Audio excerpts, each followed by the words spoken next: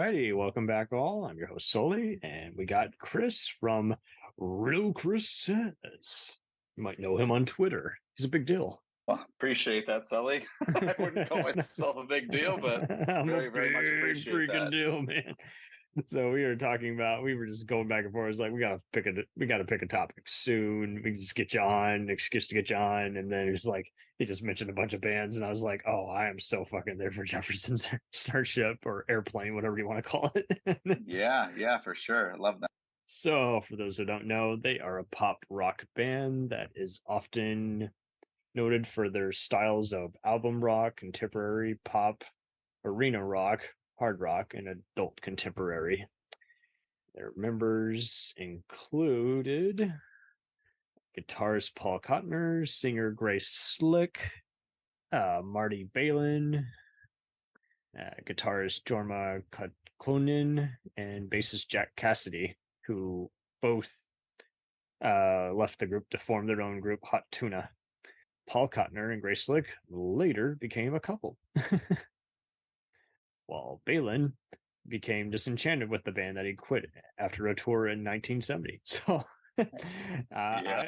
I knew they had been like parts of so many other bands, but yeah, they David Freeberg was kind of one of the main big MVPs, and Kottner and Slick started forming their own duo and releasing various standalone music. But yeah, I always thought it was Starship, then Jefferson Starship, and then Airplane, and I totally vice versa. It was Airplane, Yeah, no, it's reversed. Yeah, and then Starship.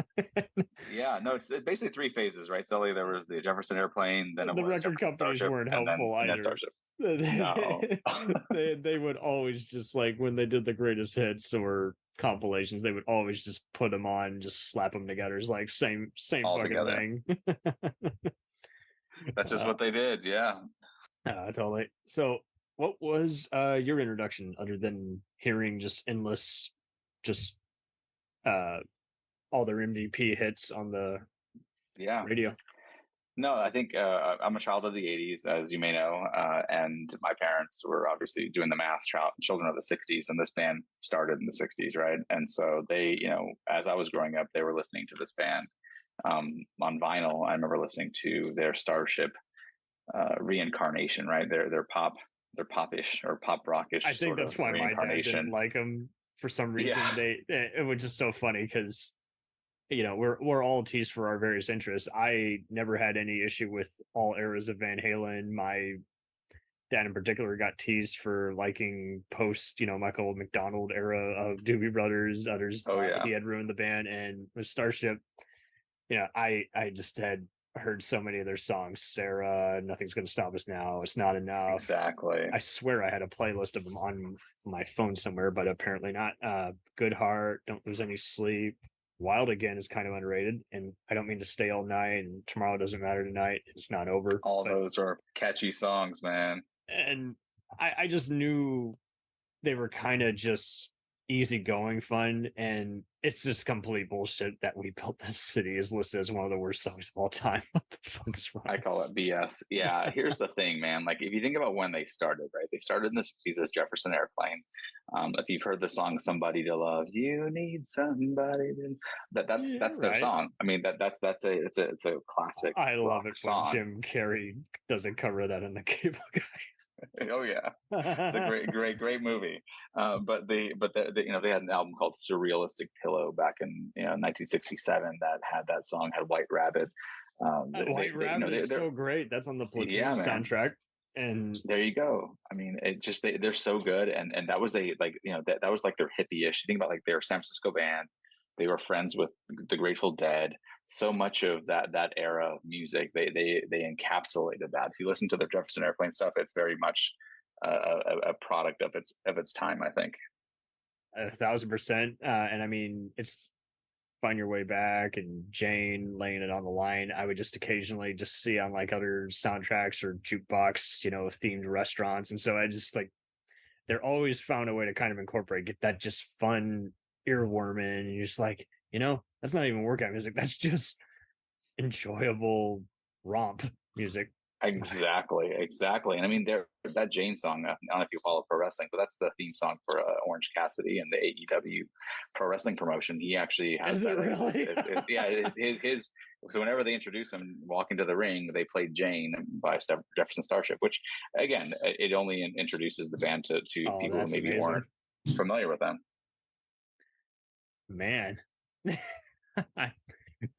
You So just if blew my anything, fucking mind. yeah, man. I mean, if anything, they're even more popular now than they were, say, 5, 10 years ago, right? Because they're being introduced to more of the masses. And I'm a huge fan of this band because they did go through some transformations, I'll say. Yeah, lots of From the modern hippie-ish. problems. I thought it was Yeah, just they ran out of material or just, got dropped by a totally. record like a typical, and it's like, no, they could not have been more different. Like, it pretty much, once that husband and wife team entered the picture, they pretty much became the new face. And I did see how by the time they were Starship, a lot of people thought they were too mainstream, although it's Yeah, so weird that conversation was going on, because now that just sounds like a conversation we'd be talking about nowadays, because it's exactly.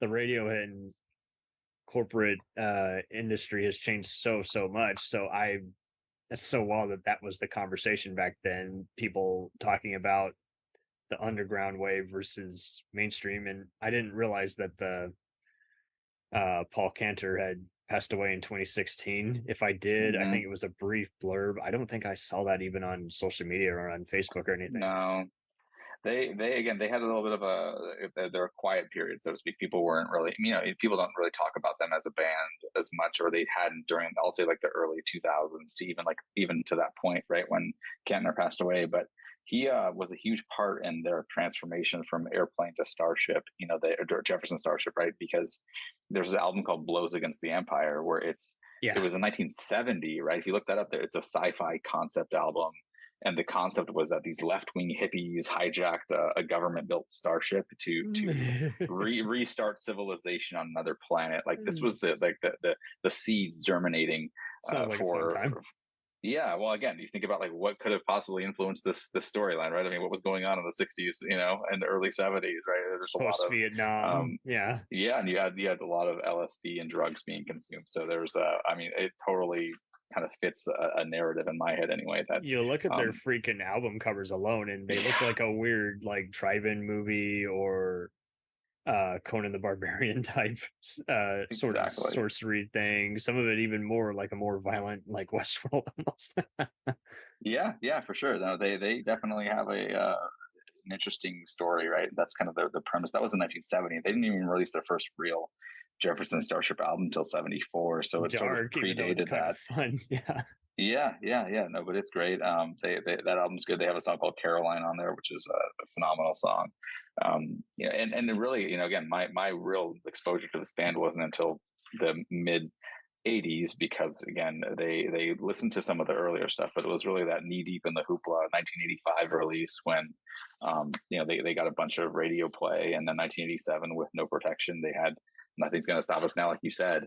That's a song written by Diane Warren. That was her first #1 hit song. So if you think about songwriting and who the queen of, I would say, songwriting for ballads or power ballads, she's #1. I mean, she's at the top of the list, and that was her first, I think, taste of success, I would say, or at least her first #1 hit. I mean, I think that's what went into the whole "nothing's gonna stop us now." Like, literally, Yeah, no, for I'm sure. gonna And they keep playing until I don't want to do this anymore.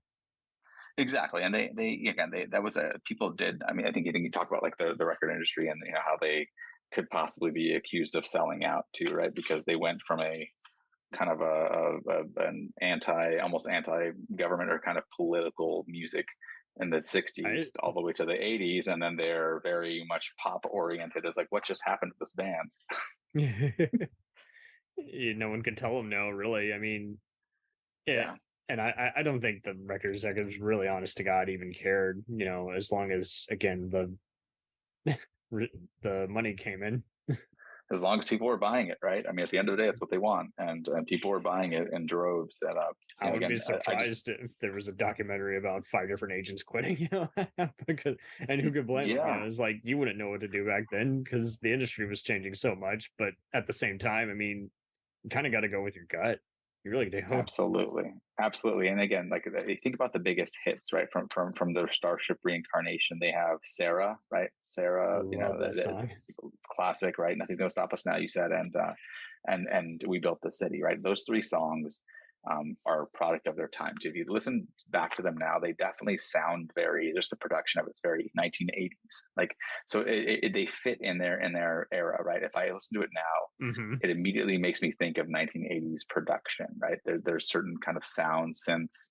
There's certain just the way that the song is presented. Those songs are presented sound like the 80s, and again, I think that's again they were at the top of the charts for a reason. They sounded current. They sounded like they were speaking to the masses, and you can't argue with success. Very nice. Yeah, and I mean, even the masses will tune into it, even if they say I hate it. This was a thing before it was a hate watch, hate listen. Yeah, I mean, there's Yeah. this joke I talk about where it's like Spice Girls sold millions and millions of records, but nobody would actually admit that actually owning any Spice Girls records. So, you tell me who was buying them. Right. Oh It's shit. the truth, my friend. It is. It's just gets annoying because it's kind of like almost predates toxic fandom almost. Like hmm hmm it's like you can keep saying you're not. I know you did. We know you did because somebody's buying them, and so then again I bought it for that's a my great. girlfriend. Yeah, yeah, sure you did. Exactly. Yeah. No, but this band, it definitely has it keeps it just, it keeps my heart, they're my heart. They have a warm spot in my heart because they definitely are something that was a part of my childhood. And again, they were part of my parents' childhood as well. So it kind of works out to where they're influenced. They've influenced my upbringing to a degree. Sure. And that, I mean, it's just pleasant. Not really nothing nitty and gritty about it, really. Just, Yeah. They are so good. And again, the key, I think, force in every iteration of this band was Grace Slick. If you look up the name Grace Slick, she was a part of all three iterations of this band, and yeah, I saw really her listed. was such a key part of an integral part of this band. And her voice was immediately just listenable. It was a very very ear pleasing voice, and every iteration of the band, right? She's the voice, and I don't know who she nothing's gonna thought she stop us now. was She's just really because good. she's not trying to be anything else. She's not trying to be Carole King. She's not trying to be Madonna. She's just trying to be just a pop singer that happens to be in a rock band. Yeah, for sure. And if you look up, she has an interesting Wikipedia page. If you were to pull that up, there's an article about, or a part about her being arrested by the police because she was sitting, I think, under a tree, intoxicated and eating bread and just drinking wine. And she Minding her apparently business. minding her business, but then the cop asked her, "What are you doing?" And she just went off on him, and so he arrested her because she was just absolutely just berating the police officer, and so but she was an interesting force. He didn't mess with her. She was a force to be reckoned with. And And like again, Jimi somebody, Hendrix and all the others. Well, yeah, that arrest was for a different thing, given the times. But it's interesting here how, yeah, she's got a sub kind of hippie culture that she kind of interjects into her work because that's just who she is. So why exactly. take that away? Yeah, for Just sure. I think that's why people like that. People like when your music is a reflection of who you are as a person, I think, right? They can tell when it's fake and when it's real, I think, to a large degree. totally. And like you say, it just gets annoying when just uh many will just go back and forth and just like to call you the sellout. It's like, uh well, what if it's a sellout? You can often tell that it's just not them, someone else wrote it. I can't really say that about them, and if it is, then they're still probably a friend. Yeah, for sure. They again had talent and spades, and again were kindred spirits. Like I said, they were friends with the Grateful Dead. I know Grace Slick had at least a friendship with Cherry Garcia. So they all knew each other. They're from San Francisco and that general area. They definitely I think lived out what they were saying, and at least in the '60s, I don't know. Again, by the time the '80s rolled around, they had just transformed so much that I think some people probably were wondering what happened to the band of yesteryear. But again, if you could appreciate quality music, no matter what genre, then you're going to like this band, at least some form of it, I think. Yeah, I mean, unless you just are very picky, I find it pretty pleasant. I mean, the Skeleton Twins love it. Movie reference. Yeah, Bill Hader. yeah, I love it. I get that. Totally get it. Yeah, no, they. I mean, again, this band has influenced so many other bands too. If you think about, you know, other bands that took kind of a cue from them, right? Some of these, if you think about some of the more political rock bands, right? Jefferson Airplane made it, I think, cool to kind of get your message out in your music and not just speak about just random things, right? They were very just say what's on your exactly mind and then move exactly. on. Because I think that's just it too. Yep. Everyone else, I asked, had the fortune of interviewing a few other comedians on here, and I you know, some of them you might know from Mr. Science Theater, and it was just cool just getting their whole perspective. For sure. That basically is like, I always thought, is it just the casting agents or producers don't get the material, and they're like, no, generally they're as over the top as they are, they're not stupid people. They're just worried about how to sell it, you know? And if it just Bingo. takes too long, then they're worried, oh, okay, I don't think anyone will have the patience. We got to speed this shit up, you know? Got an ADD generation. Yeah, these days especially, you need if it's going to sell, they'll be supportive of it, or if they think it's going to sell, and if not, they don't want to wait, right? There's no desire to wait for success. Oh, totally. And as you pretty much have summed up, there isn't anything that isn't them. Exactly. So much of Jefferson, Airplane, Starship, whatever you want to call them, they really did seem to be what came across in the music. That seemed to be them genuinely, at least to a large degree. Some of the over the top singing, you know, there's I think a song called, I think it's called Private Room, and on one of their one of their Starship albums, and it's, you know, it's about what you think it would be about, and it's, you know, it's a little bit cheesy, right? You listen to it and it's like, well, that's, I don't know if that's true or not. Maybe that happened in real life. I wonder what influenced that, right? And you can go down the rabbit hole of Genius. I'm sure they dreamed a shit ton too, you know? Oh yeah, for sure. You got to think what they were consuming in the '60s and '70s probably influenced a lot of their writing. Yeah, totally. Oh man. But I love this band, and I'm happy to talk about them as long as you'll have me on this podcast. I'm happy to talk about them. What's your favorite song, just out of curiosity, of this band, out of any of their iterations? I've definitely been listening to Sarah a lot lately. It's just on a lot of the college radio stations I listen to. That's right, guys. Absolutely. Main radio. That's definitely one of the best, I think, of their absolute best, right? I think growing up, it was White Rabbit. Oh yeah. Another high quality song that, again, I think it doesn't get nearly enough attention these days, but it's phenomenal. I'm a huge fan of that one. Nothing's Gonna Stop Us Now. I mean, that those two kind of are neck and neck for me, just because of. And I don't. It's not like any other song of a band where you're just like, okay, you know, point made. Like, because I can honestly, you know, I like Elton John, but he has some songs where I'm like, I want, you know, 5 other songs played over that one that just gets played 24/7, and I can't even listen to Queen and Michael Jackson at times because I'm like, I have heard it to death. Like it's kind of like when you eat a certain food that you later give up. I'm like, it tasted delicious the first 20 times. It's not going to get any better. Like it doesn't. Or it's like when you watch a movie to death, you're like, I have seen it. I know it frame by frame. There's nothing new to study that I won't catch on this viewing, you know? That's true. I'd be any more entertained. Is like, I like it. I maybe don't love it anymore because I've just have done it too. I've ruined it for me. Absolutely. I think for a lot of us, right, of a certain age, whether it's Michael Jackson or Prince or Nirvana, right, you listen to any of these bands, and there's a certain song or two, or each one of them, where it's like, I think I can live the rest of my life without hearing that song ever again, and I'd be perfectly content. I think, you know, it doesn't matter who the band is. I think there's always a few of them, especially of the big names that you're thinking about, right?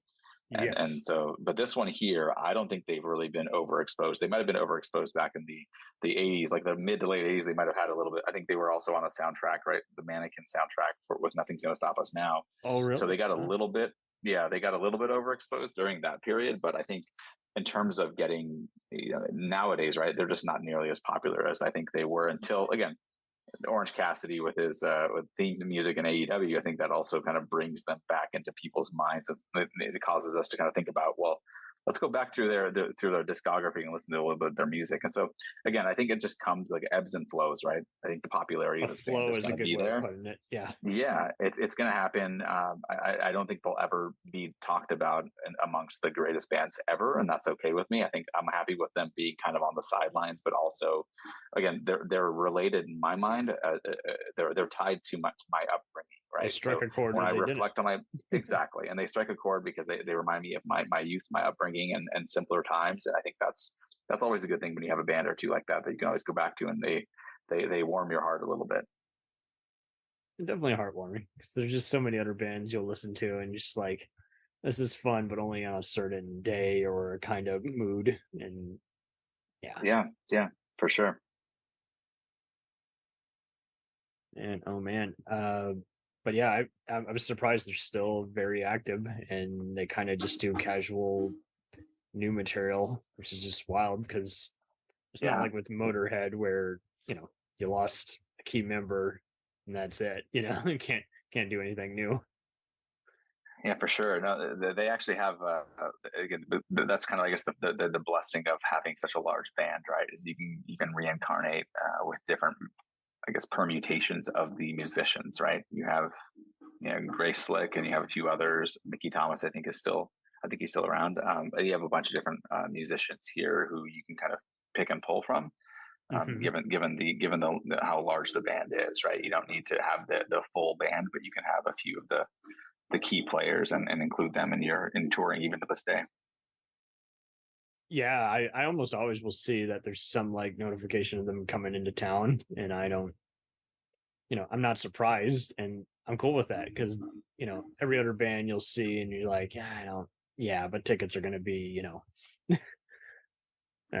200 Yeah, plus bucks. No for deal. sure. No, I would go check them out if they came to Nashville. That's for sure. I don't, where were you at? Right? Where are you at, Sully? Where do you live? I'm in the crazy paradise, not paradise, resort that is Dallas, Texas. Oh, that's So cool. not No, too that's far. great. Not too far. No, I think you'd actually they probably come to town more in your direction than The mine. But I Toyota think if Music Factory is pretty dope. And I mean, there's something for everybody. If you don't want to see that, you can see a local act at probably a cafe lounge or at the Glass Cactus or Port David's oh pub. But yeah, like you say, it is interesting how when they come into any kind of town, it's not just kind of, tour overseas in London or Japan or only, private parties in Vegas. They are going to kind of very specific kind of, they're kind of adaptable is what I kind of get from them. Yeah. I like that description of them. I think that's a great way to describe them. Is that it doesn't matter. Like they can basically play anywhere, They and went and through every they draw a mountain crowd. and doing a Prince style rename, but it wasn't to be pretentious. It was just that was the new tone of the band versus I just don't want to be called Prince anymore. Yeah. No, exactly. And this band, I think the large part of the reason why Jefferson got taken away is because some sort of a lawsuit that was involved with. I think it might have been Marty Balin. I think he might have been the one Yeah, who they was all involved hated in it. each But other, so they didn't yeah, want yeah, and so that's the reason why that Jefferson name didn't stick around. But they definitely, again, they still survived. I think throughout it all, and ultimately again sold millions of records, and that's all you can ask for in a band, I think. Yeah, totally. I mean, because you don't want, like you say, people to just play until they don't want to be around each other anymore, or just uh do it just to make ends meet, even though they really honestly don't want to be doing what they're doing. Yeah. Exactly. But it needs to be fun, and the fun will carry over into the music for sure. It really will. Oh man. So I take it they would make your top 100 bands.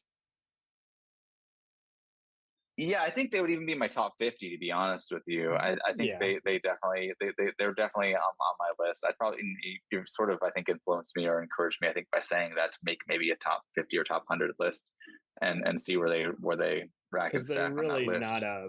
They might be a cult band, but they're not a lowbrow one. Like say one that you might not want to admit to liking, like like someone like Poison or Creed because the how infamous they are. I know those are more modern, but I'm just giving an example because it's like there's so many other 60s and 70s bands where it's like if they weren't well liked, just no, everyone kind of just naturally didn't like them. But it just seems like they're kind of just, I guess you could Yeah. say, just like if you either if you don't like them, you probably already don't really care for other big 70s heavyweights like the Eagles or uh, Zeppelin or Yeah, whatever. yeah, exactly. And here's the thing, Sully, is that people. This might be a band that people love to hate, and that's fine, right? I mean, they can do that all they want, but They might they even still, I just think, only know him from the "Nothing's Gonna Stop Us Now" and because yeah, which their also might girlfriend make played it too people much.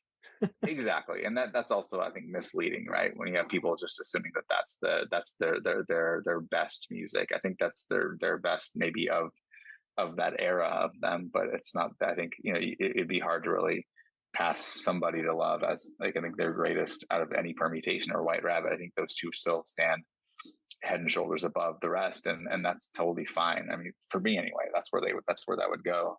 But I think yeah, I think they might be a cool band to hate for now, like Nickelback, right?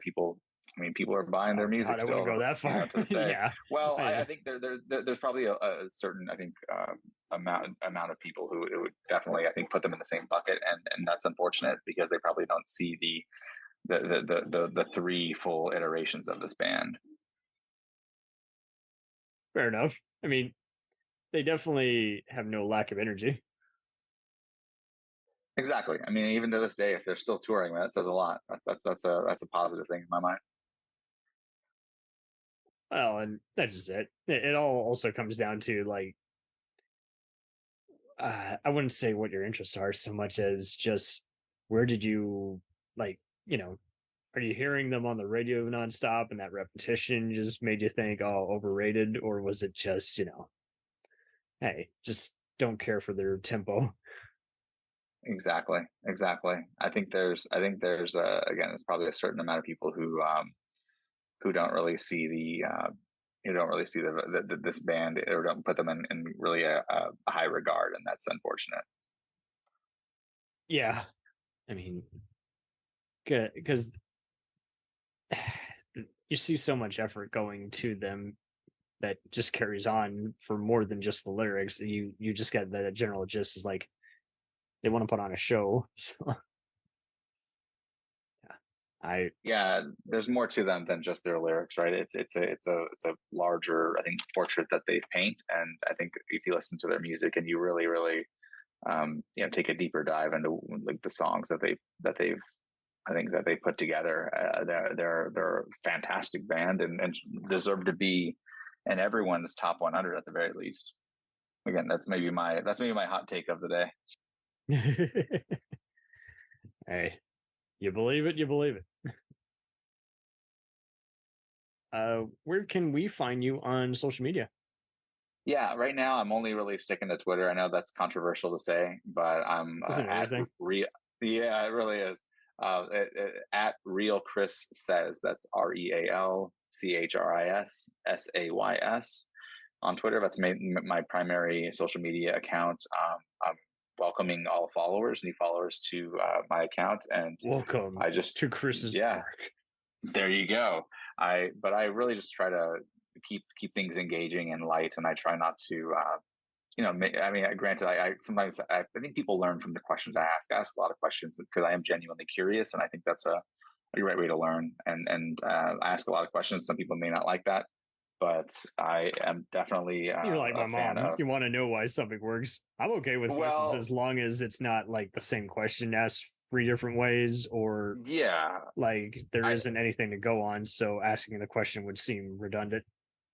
Yeah, it's more like David Bowie or Prince, right? Pick one. And that's the kind of question Apples I'm and talking about. oranges. Yeah. It is for sure, and some people really dislike those kind of questions, and I get it. But it's definitely something that it makes me smile when people provide a passionate response and they let me know more about, again, what influences them, what Hey, it's you, inspires man. them. Yeah, man. You I mean, do well, you. I'm happy to learn from others. That's my goal, my friend, and I appreciate you having me today. I appreciate you recommending this topic. I had a list of bands, and that was one of them. And you just you completed a good chunk of the list for me. Awesome. Well, I'm happy to hop on again if you'll be kind enough to have me. Anytime. And I do appreciate your polls and just questions, because you're one of many podcasts and Twitter gurus who use it, and I do think it's a fun interaction because it's not just sharing a random meme there to get a rise out of people and just bitch slap each other. You really do want a fun kind of just seriously, I gotta know. Yeah, exactly. And here's the thing, right? People use their social media accounts for different reasons, right? Whether that's they're trying to they're I had to trying to block influence 5 different people polls that were just going or just like nowhere. they just like they want to trash talk certain political parties, or they want to talk about, they can't have a decent conversation. And hey, Slut shame. yeah, exactly. Whatever you want to do. I mean, again, you can use your social media the way you want to use it. I'm using mine my way, and I welcome others who respect that thought process. Right, people who I think aren't going to be a negative towards those who I think are just trying to keep it light. Totally. Because there's nothing worse than just wasting your energy and just causing so many other people to say, hey man, you're a dick. Yeah, exactly. Who wants that? Who really wants to hear that or have that be how people view you, right? You don't want that. So I'm not that way. I welcome all followers, and I will follow back. We'll return after these messages.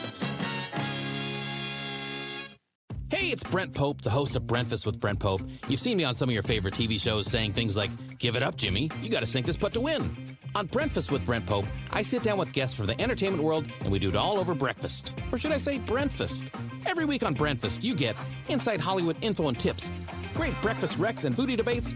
Most of all, you get the most delightful 30 minutes of your week. So dig in. It's Brentfast time. Listen at Brentfast.com, Apple Podcasts, or wherever fine podcasts are found. Do you ever find yourself thinking about who would win in a fight between Goku and Superman? Hi, I'm James Gavsey, and on the Who Would Win show, me and my co-host Ray ignore anything important happening in the outside world and debate fictional battles between characters from comics, movies, and video games. We got a new show every week, and almost always am I the winner. Yeah, not true, Ray. In the past, we've discussed such matches as Captain America versus Darth Vader, Solid Snake versus the Iron Giant, classic matchups like RoboCop versus Terminator, and even the Muppets versus Sesame Street. That one was crazy. So if you're a fan of geek culture and love a spirited debate, check out the Who Would Win show wherever you get your podcasts, or check us out at whowouldwinshow.com.